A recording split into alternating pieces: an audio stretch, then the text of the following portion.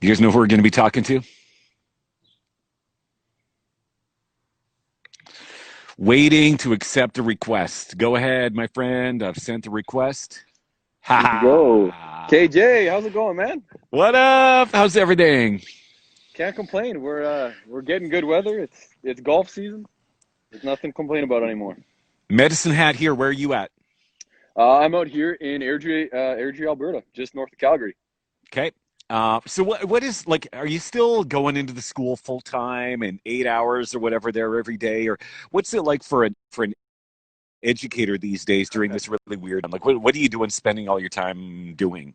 So we're definitely not in the schools here anymore. We're doing all the work remotely.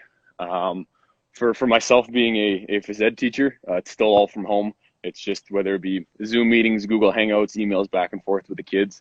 We're just kind of trying to do our best to at least teach part of the curriculum still to them. And then the biggest kind of challenge we've actually had to face so far is for the grade 12 graduates. That's Hmm. been a tricky topic here for us the last couple of weeks that we've just sorted out and got rolling. So what is that going to look like? I mean, here for the most part, I mean, there's nothing going on as far as the Yeah, grads are concerned that I'm aware of anywhere. You guys finding a way to do something special and unique for the grads? yeah, absolutely. So we early this week we actually did a little thing called Grad in a Box, where all the grade 12s that were in your TA class, whatever kind of that you saw first thing in the morning, and then any special graduates that you had, kind of if you had any special relationships, that sort of thing, you could actually drop off a box that they put together for them at their doorstep, and then we'd take a picture with them, post that on our social media, our high school social media webpage, Instagram, Facebook, and just try and get a hashtag rolling, get some love and shout out for them, and then Yeah.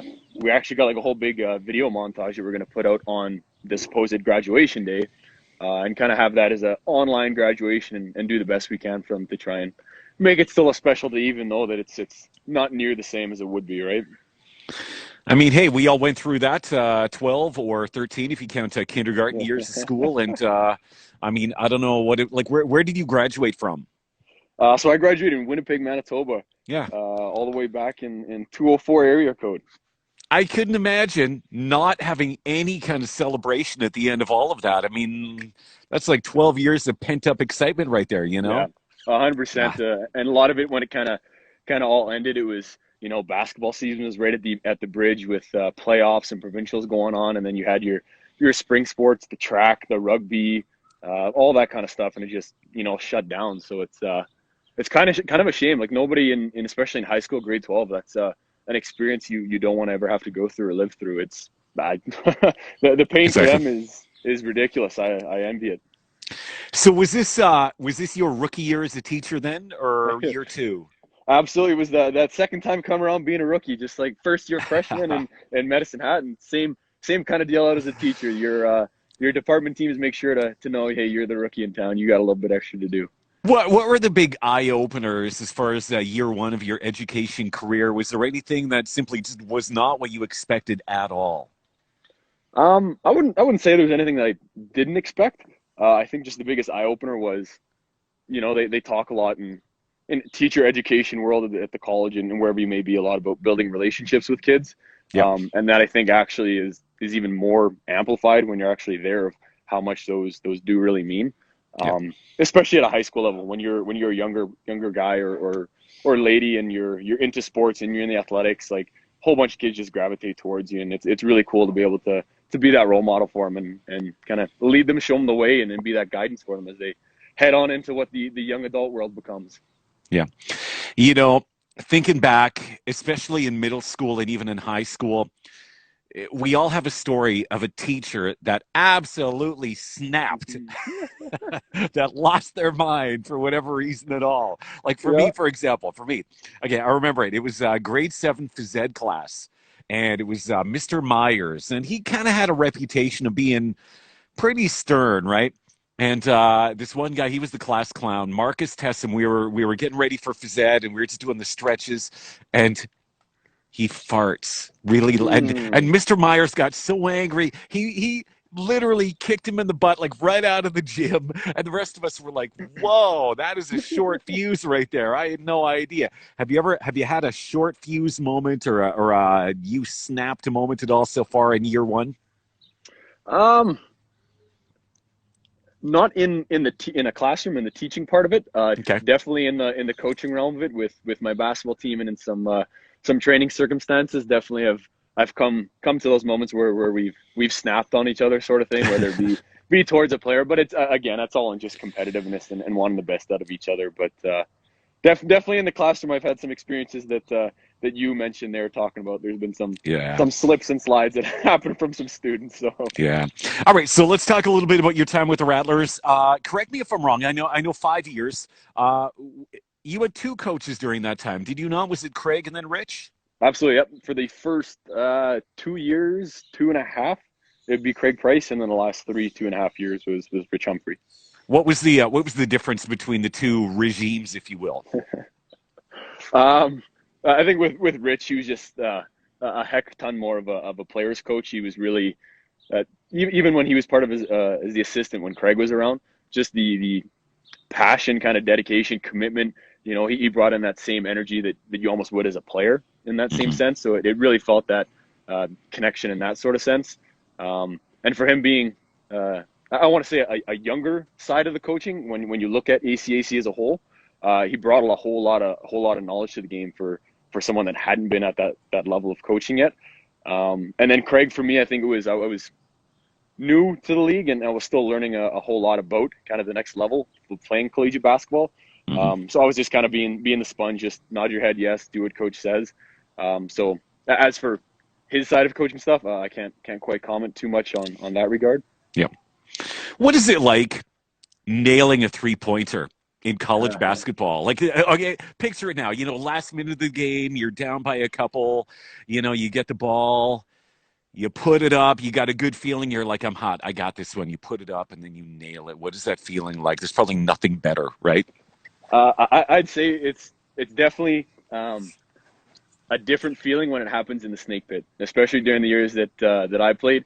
That was, right off the bat, as soon as the ball goes in, there's loud screams. You got your guys on the bench, the fans, and it's just for that kind of 5 second moment where you can't really hear anything but just noise ringing through your ears. But Hmm. it what player wouldn't say that's a kind of a dream come true or a great feeling going on, especially if it's a Friday or Saturday late night game and that's kind of against a rival, whether it be say Trojans or the Lethbridge Kodiaks, whoever it was. Yeah. Um, definitely some special moments, special feelings for that kind of stuff. And then and then afterwards, when you finally gone to bed that night and you're trying to sleep, but it just plays over and over and over again in your mind. That probably happens all the time too, hey? That's oh yeah, that's motivation there. That's what keeps you going for then, Sunday, Monday back in the gym. You get those same reps up and lead that all the way into the next weekend and keep the flame going. Yeah. Well, hey, you managed a feat during your college basketball career that not many do, and that is making the playoffs every single year that you were Mhm. here. Like I don't know if anyone else has ever done that. I mean, that's pretty rare, and so I'm sure that's something that you're quite proud of. Oh yeah, that's huge. I mean, first year was a little bit kind of a work in progress because we did have quite a big turnover going into the second year. But in that second year, once we made playoffs, made the push into the finals, and then made nationals even, that was kind of when I think a lot of guys started to realize this can be a reoccurring thing. Hmm. And then thereafter, that kind of just set the bar higher each year, right? So we Yep. made semis, we made finals, we got silver, like it's just next step kind of deal. Um, is it more pressure? Is that target on your back? Absolutely. Um, but the older players that we had and the caliber of players, no, that wasn't something that I don't think ever got on our minds. We were just always going out there to play and get the win.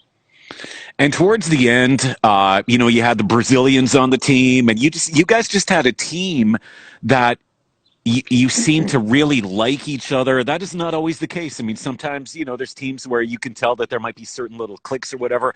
But, your last year, maybe even the last couple of years, it just seemed like like cohesion. Like it's pretty rare to see guys that close. Absolutely, yeah. I think a lot of it has to do with again the age and maturity of our guys. We'd been together for a while. We spent a whole lot of time together, and we kind of we bought in, but I think that the biggest point of it was we battled when it came to practice time. Like we'd have guys coming, hurt, this bruise, this injury, that injury, and blood, all the rest kind of thing. But it was unique in the sense that as soon as the practice was done, or as Mm-hmm. soon as it came into team time stuff, it was, hey, let's push it aside. We're back to being, our brotherhood that we had. And I think that's what really was able to keep us together. We pushed ourselves, but we still stayed a team caliber the whole way through. Yeah. All right, I'm going to put you on the spot here. Tell me a road trip story from your time with the Rattlers for men's basketball. I mean, you got all these guys, you got a number of characters on the team, and I mean, yeah, you look forward to games at the Snake Pit, but I'd imagine you guys look forward to getting out on that bus and just having a good Absolutely. time and keeping loose. Tell me something that might have happened on the road during your Absolutely. playing days. I mean, there's a whole ton of stories. I think every road trip there's something to tell about it. That was probably one of my favorite parts of just being a Rattler athlete in general was those bus trips. Mm-hmm. But I think one that sticks out to me, I think it was our second year, but I can't exactly remember. Um, Jared Wenzel, a guy on our team, he lost a bet they were having on the bus, and we had a local player, Lewis Brown. He was a big boy, and he sweated. Like buckets. You could wring his shirt out, and sweat drops into the whole bucket. So this is after the game. Lewis had sweated pretty hard, and Jared Wenzel lost the bet, and he actually had to lick Lewis's foot from heel to toe. And God. yeah, that was in front of quite a lot of people. So And Wenzel, a character, right? I remember he got I forget what it was, but I remember this one time seeing Coach Craig just livid at him, and Wenzel was on the bench. He did something on the bench that just made Craig just really upset. I don't know what that was all about, but it just seemed like every game there was just something weird that happened. Sometimes it was hilarious. Sometimes it was like, holy crap, what just happened there? You know? no, I mean definitely a character guy, but you're gonna have that kind of, I think, wherever you go for teams, and everybody has that different side, different sense to him. But he was definitely a team first kind of guy. Like I think that's Yep. what a big part in Rich kept him around for, is that he did what he needed to do to put the team first ahead of himself. Yep. That's And right. that's And you need that guy to keep the rest of the team loose, right? Like that actually exactly. is a pretty important component to any team, having that one guy that's kind of a little bit of he adds comic relief to the team, right? Yep. Did bring some energy. Did some bring some hype. And as a bench guy, he was one of the loudest guys routinely on the bench, and he showed his colors. Right, he wasn't afraid of that. So hats off to Yep. that, I guess. Aaron Cameron is watching right now. We had him on earlier this week from AC, yes. Sacramento, and his comment is, "There he goes." I'm not sure what that means necessarily, but there's another guy that had a lot of talent. We only saw him for one season, but he just added to that overall chemistry of the team. Oh, heck yeah, heck yeah. He was. I think he spoke about it in his little interview about the first time we kind of chatted. I was one of the first people to hit him up as soon as I knew he was signed. I thought, okay, I got to message this guy, kind of welcome aboard, and make sure he's settled and comfortable. And right off the bat, he was not only an emotional player, but in a good sense. Like he had Mm-hmm. motivation. He wanted to win. He had the drive. He looked for ways he can help, play his role, and he happened to be a perfect fit, right? A guy who can shoot the ball, can score, quick as Yeah. heck. Like he was the whole 9 yards. Collin Ralko joining us on the show tonight, talking about his time, 5 years with the Medicine College Rattlers, made the playoffs every single year. Talk a little bit about that. I believe just one trip to the Nationals, though, right? Where was Yeah. that? And tell me a little bit about that experience. So that was in my second year. We had lost to Lethbridge in the provincial final. That was up in Fort Mac. And then the national tournament was in Hamilton. I think it Mm-hmm. was Fanshawe, I believe was the school. But that was an amazing trip. We had I wouldn't say a deep crew, but we definitely had some players of, Guy Pietro. We had a young Jamel. We had Mike Farian. We had our Brandon Carl, our point guard there. So we had a good core group going. And then just that experience going out there. You had teams from Ontario, kind of all around the province. That was kind of the good, I guess, awakening for us of, hey, this is what it's going to be to get to the next level. Mm-hmm. And then when you look at some of those guys from Toronto, they just have that extra kind of athleticism, the extra little balance, the extra strength. So I think that's what we really needed to understand what that next level was. And then going into third, fourth year, we got a grip of that. Yeah. You mentioned Pietro. Has there ever been a guy that you've played with that has been more despised by the opposition? I mean, there's a guy that, and I mean, he brought it on himself, right? You see at the beginning of the game after the anthem, the two teams are shaking hands and giving a little hug or whatever. He's off in Never Never Land. Don't even bother approaching him. Don't even look at him. And the other players are like, who the hell is this guy? Who does he think he is? He I got nothing but love for Pietro. He's a brother for life. I've never seen anybody like even a guy like Aaron Cameron or whoever it may be, someone who has so much passion as Pietro. And I think he gets it from coming from in Brazil and being the Muay Thai fighter he is, and just Yeah. so sports savvy and so family related and genuine with that stuff. But he embraced it. Like best kind of comparison I have for him is like NBA player like Draymond Green. You hate him when he's on the other team, but he's one on your team. You love to have him. He's a guy he can not score a single bucket in the game, but I think he's the most valuable player on the floor all the time, just because of his size and strength and what he's got bringing to the court. Well, I mean, how on earth do you defend a guy with size like that, right? I mean, I'm sure you had to do it in practice and whatnot. It's like next to Yeah, impossible, I would imagine, yeah. right? 6'8" and 240, 250. That's a lot of weight to move. Yeah, yeah, yeah. How many of the guys do you keep in touch with to this day that you might text, every week or whatever? Is there quite a few guys, former Oh, teammates? quite a lot. Darn near all of them. Yeah, Abdi Saeed, Mike Ferry, and Mike Grohl. Shout out to those guys. They're in Medicine Hat. They're a close group of friend of mine's. Uh, yeah, my Winnipeg guys who came out, Vince Munoz, Josh Megpanti, those guys. They came out, right. That was I kind of reached out to those guys and gave them the idea of MedHat, and so definitely everybody that I ever played with from first year all the way to last year, definitely keep in touch. That's a brotherhood we keep for life. yeah. That's awesome. That's awesome. All right, so talk a little bit about what's going on with you now, teaching in Airdrie, and it sounds like you're enjoying that. Tell me this though. From what you're hearing, and maybe it's even too early to tell, what is school going to look like this Okay. fall for that elementary or middle school aged crew?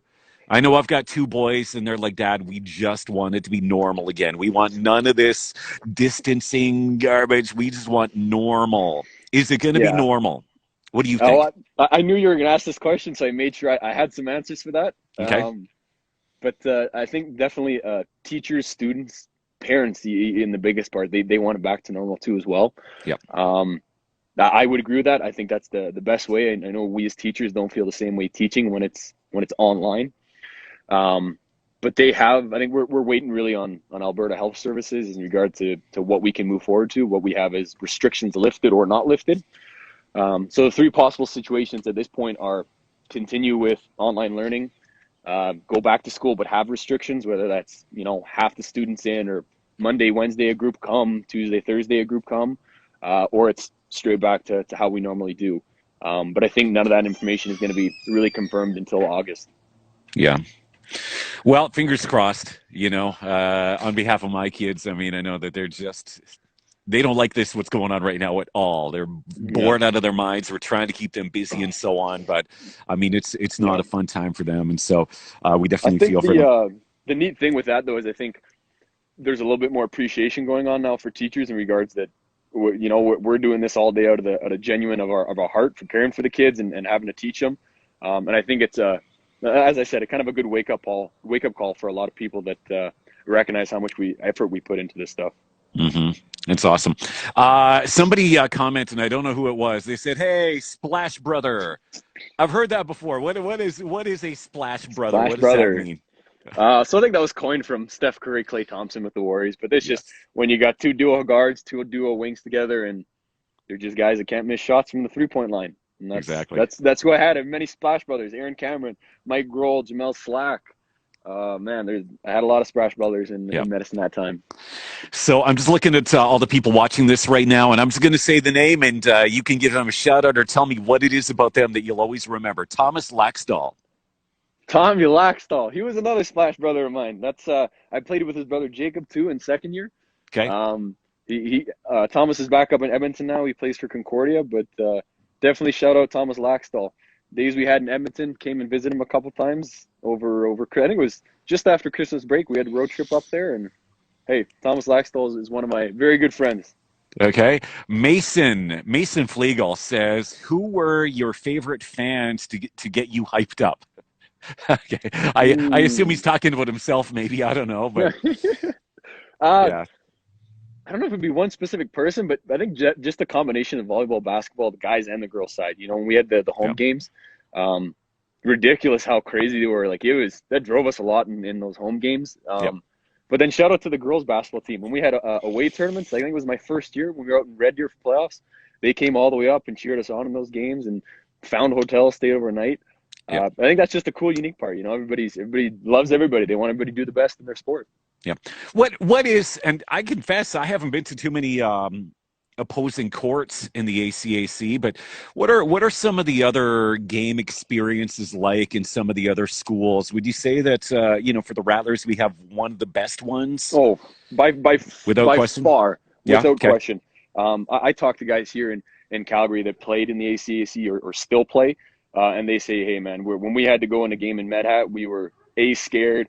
Your fans were nuts and loud. Our coach had to prepare us and like have that mindset for what it's like going onto that court. Like it was a battle for teams to have to come play down in the snake pit. Yeah, no doubt about it. Yeah, that's awesome. All right, once again, we've got Collin Ralko joining us. 5 years on the Rattlers men's basketball team, made the playoffs every single year. ACAC silver, ACAC bronze, Two um, silvers. two silvers. Hit a lot of 3-point shots with the team there, a lot of highlight reel shots. And so that was great to see. Now, we've started doing this a few days ago. We got a little show Okay. and tell segment. Now, I don't think I even gave you a heads up the way I have some of the other ones here, but I want you to find something in your environment there that is a story or something deeply personal attached to it. I saw Masons yesterday, so I knew this was coming. Yep. So that guy right there. Hey, look at that. That That's looks like, was that a gift on in your final year then? that was at the athletic banquet. Yep, in fifth year. So I did have something else in mind, but it's not quite here yet. I had my mom back home in Winnipeg. Shout out to Ruth Ralko. Okay. She had my jersey and she had all my medals that we'd won, and she actually put them all together in a frame, big frame. Kind of put it all, stapled it together, had an outline. So kind of like framed retired jersey sort of thing. Yep. But I don't have that quite here with me. But as I showed you there, this little image, little plaque. That to me just kind of resembles the 5 years being in Medicine Hat, not just basketball, just the journey in itself. Yep. Kind of all the friends, family, everybody who helped you out. Yep. And early in your career, you wore Rattlers white at home. Although I don't think they have white at home now. It's either Yeah. yellow and black. What did you prefer? Should it always be black and yellow? What do you think? Absolutely, black and yellow.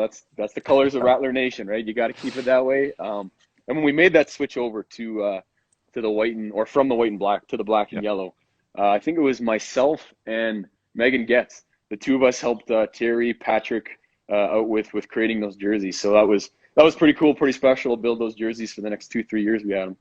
Yeah, that's so exciting. So I don't know if I mean, we'll wait and see if there's things like alumni games coming up or whatever, but it's always a treat to see you back in town and see the old crew back together and, you know, Absolutely. components I'm of those teams and that era, so if there is another alumni game coming up, can we count on you being here for that? Oh, absolutely. I'll be the first one to sign up. I've been waiting years for this alumni game, and I'm hoping it comes around sometime soon. But I've talked to some of my guys, like I said, Mike Grohl, Mike Ferry, and Abdi. I said, hey, I'm going to come down one of these days in the summer, and we're going to get an old game of golf in. Ah, that's awesome. That's awesome. Yeah. All right. And of course, chances are we've got some up and coming student athletes or, some that are just kind of deciding whether they want to go to medicine at college or where they want to go. What would you say, aside from necessarily the sports aspect of it, but what are some of the great attributes of medicine at college that you would recommend to anybody? I think first and foremost, it's got a culture to it. It being small town. I think you really click and mesh well with classmates, or whether it be athletics or not. You just end up getting along and getting to know people pretty darn quick. And I think in that regard is myself when I was a first year. I remember that was one of the first things that was like that was huge. Almost like a weight off your shoulder, and you kind of felt more comfortable, more relaxed. That you weren't huge class sizes. You can get along with the teacher. You got close to your friends in your class. And then I gotta say on the athlete side of stuff, when you got just the volleyball, basketball, soccer teams, you all click so well, and it's like that's your own little family for the 5 years. And I don't That's think awesome. you get that at really any other college. Exactly. All right, there he goes, Collin Ralko right there. Final words for Rattler Nation. I want to give you a chance to say anything else Ooh. that you want to say to a lot of your former teammates that are watching and anybody else who just has a connection to Medicine Ed College and the Rattlers program.